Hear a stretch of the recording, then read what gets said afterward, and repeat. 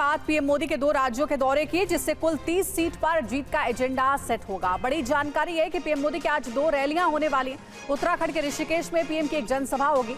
ऋषिकेश में प्रधानमंत्री नरेंद्र मोदी दोपहर 12 बजे रैली करेंगे और राजस्थान के करौली में पीएम की रैली होगी। करौली में पीएम की दोपहर 3:30 बजे एक जनसभा है।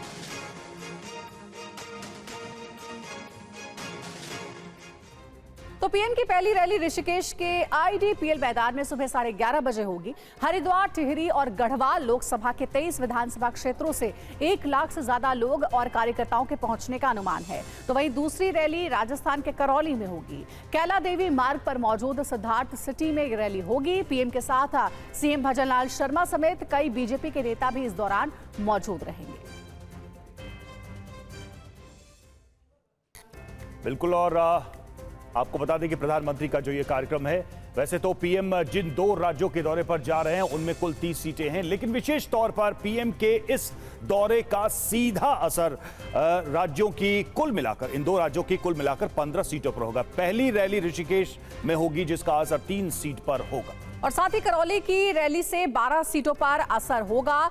और कहा जा रहा है कि इसीलिए ये 2 राज्यों का दौरा जो है प्रधानमंत्री के लिए बहुत अहम है। राजस्थान के करौली में तो वहीं उत्तराखंड के ऋषिकेश में आज प्रधानमंत्री चुनावी जनसभा करेंगे।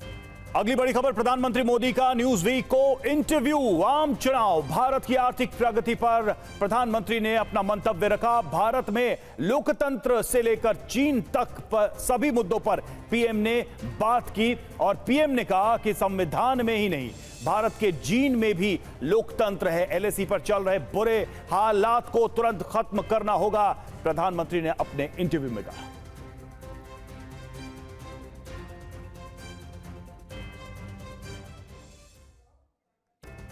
और आपको बताते हैं कि पीएम मोदी ने न्यूज वीक को दिए इंटरव्यू में क्या कहा है। चीन पर पीएम ने कहा है कि एलएसी की स्थिति का तुरंत हल करने की जरूरत है। साथ ही चीन से शांतिपूर्ण संबंध भारत और दुनिया के लिए बेहद जरूरी है। बिल्कुल, चीन की तो बात की उन्होंने, साथ ही पाकिस्तान के विषय पर भी प्रधानमंत्री ने खुलकर बात की और कहा कि हमेशा आतंक और हिंसा के खिलाफ हम रहे हैं और ये सीधे तौर पे कहा कि हिंसा इसका रास्ता नहीं है। शांतिपूर्ण माहौल की वकालत की है प्रधानमंत्री ने अपने इस इंटरव्यू में पाकिस्तान के संबंधों को लेकर। जी, जम्मू कश्मीर पर भी वो बोले और उन्होंने कहा कि अनुच्छेद 370 हटने पर जम्मू और कश्मीर पर किसी के कहे पर ना जाएं। वहां जाकर देखेंगे तो पाएंगे कि 370 हटने के बाद वहां व्यापक तौर पर सकारात्मक बदलाव हुए हैं। लोगों की जिंदगी में नई उम्मीद भी जगी है।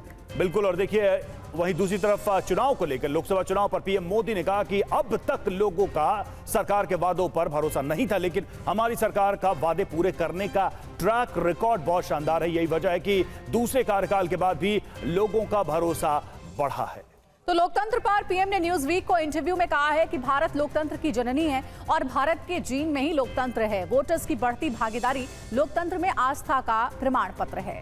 विकास के मुद्दे पर पीएम ने कहा कि भारत 11वीं से 5वीं बड़ी अर्थव्यवस्था बन गया है और तीसरी बड़ी अर्थव्यवस्था बनने के अपने लक्ष्य की ओर बढ़ रहा है। अल्पसंख्यकों को लेकर तमाम आरोपों का भी प्रधानमंत्री ने जवाब दिया और कहा है कि देश में अल्पसंख्यकों के साथ कोई भेदभाव नहीं है। सरकारी योजना में हर धर्म, हर पंथ पर ध्यान दिया जाता है। सभी धर्म के लोग साथ और खुशहाल है। राम मंदिर को लेकर के भी प्रधानमंत्री ने बोला कि श्री राम का नाम हमारी राष्ट्रीय चेतना पर अंकित है। श्री राम की जन्मभूमि पर वापसी राष्ट्र के लिए एकता का ऐतिहासिक क्षण रहा, यह भी प्रधानमंत्री ने कहा। तो देखें आप अगर, तो हर मुद्दे पर प्रधानमंत्री ने इस इंटरव्यू में अपनी बात रखी। सरकार का ही नहीं बल्कि अपना भी एक तरीके से पक्ष रखा है।